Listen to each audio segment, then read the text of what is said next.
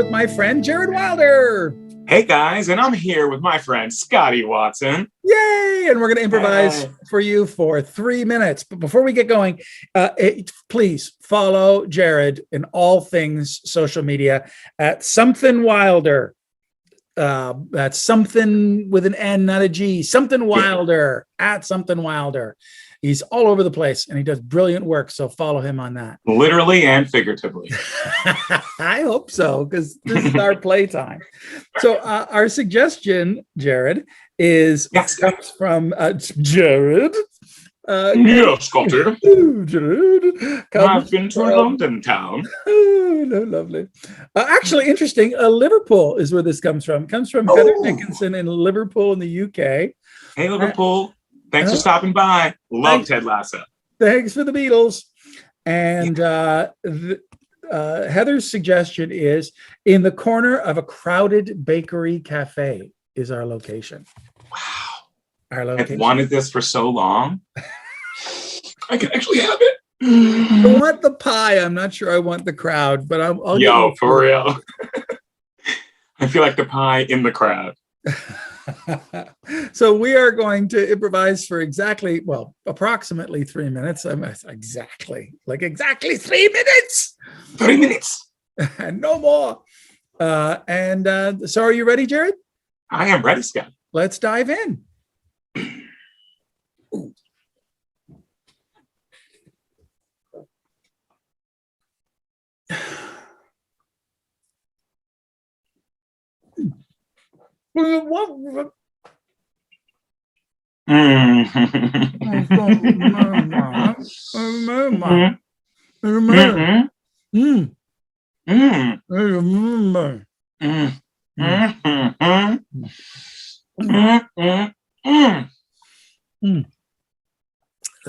Listen, Tony. I'm really glad you brought me here. This is the best damn pie I've ever had. Right? I mean, here's the thing, though. When you tell somebody who loves pie that it's the best damn pie they're ever going to have, you feel a little bit like I felt more nervous bringing you here than I felt coming here with this crowd. That's the only bad. Sorry, that's the only bad part. Oh, dude, it's so crowded. And I get that, we're back.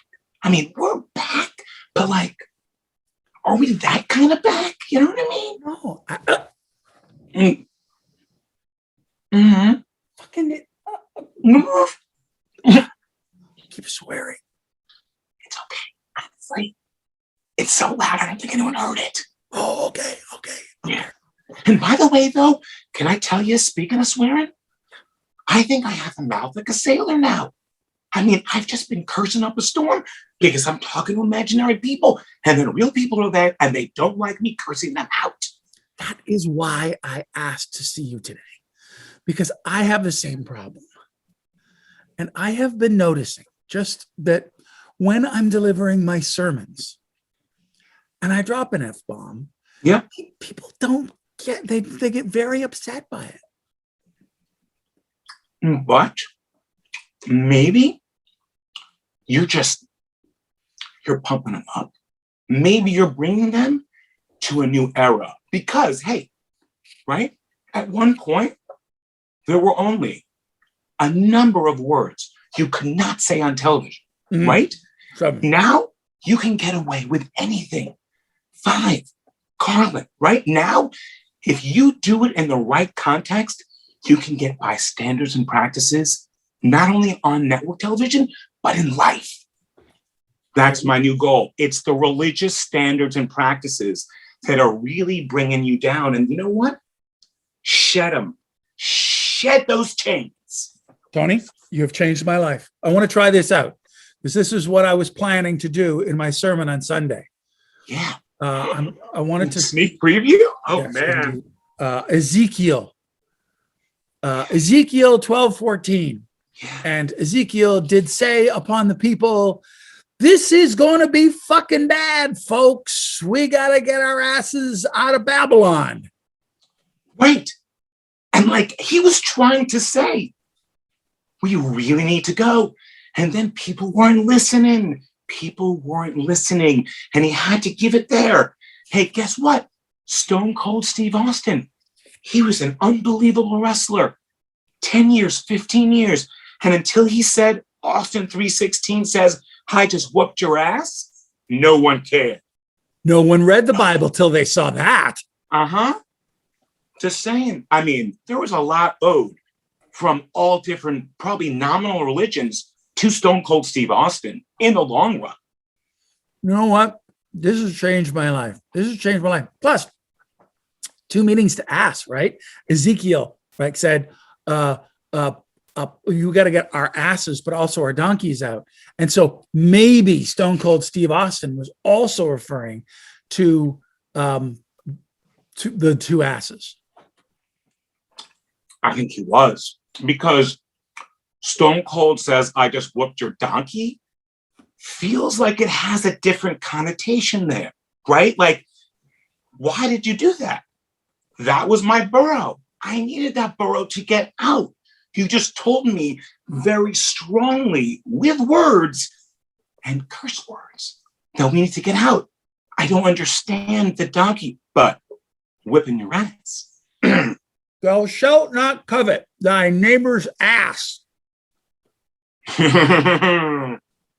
Is it weird though? Because my neighbor Steve seems like he's been working out a lot more than me. And I gotta tell you, I keep on looking at it wondering, I got a little junk in the trunk. Is it okay if I covet his, but like, hey, what did you do? Were they squats? Were you just dieting? What can we do to get there? My ass, not my donkey, has his own zip code. So I'd like it to get to just a building size, not the whole neighborhood, one small section. I think that if you really covet thy neighbor's ass, you should bring him in here for pie, and then he shall receive your ass. Wow. Didn't sound Talk about a pie Judas. That's a Judas Iscariot, and I'm a little Iscariot of you right now because you really had that going. I knew you'd like that. I knew, honestly, it was just, I had it. I knew we were going to have pie, and I was afraid everyone around that like he'd be upset. And I wanted to have a couple, I love you, buddy. Ad seed. That's our seed. Hey, I was here with my friend Jared Wilder. And I was here with my friend Scotty Watson. And you can follow Jared Wilder on social media at just all over the place at SomethinWilder. And all of his handles are going to be in the comments of this video. I have like 16 handles, but when you get there, I probably don't have the yogurt, but I can get you a little frozen. I got handles here and here thanks to pie. Yeah, thank you also from Liverpool, from New York to Liverpool. I will just say thank you for that. Thank you for everyone watching. Thank you for thinking, because pie, the fact is, getting to talk pie, getting to talk wrestling, getting to talk anything with Scotty is incredible. So thank you for inviting me and having me. Thanks. I'm glad you came, Jared. Hey, you're the best. So follow him and we'll see you again another time. Yeah. Make sure to follow Scotty too, because he has such unbelievable talent, because that's what happens when you're Scotty Watson. You are the pie of teachers. Everyone would go, even in a crowded area, to go eat him. Thank you, Jared.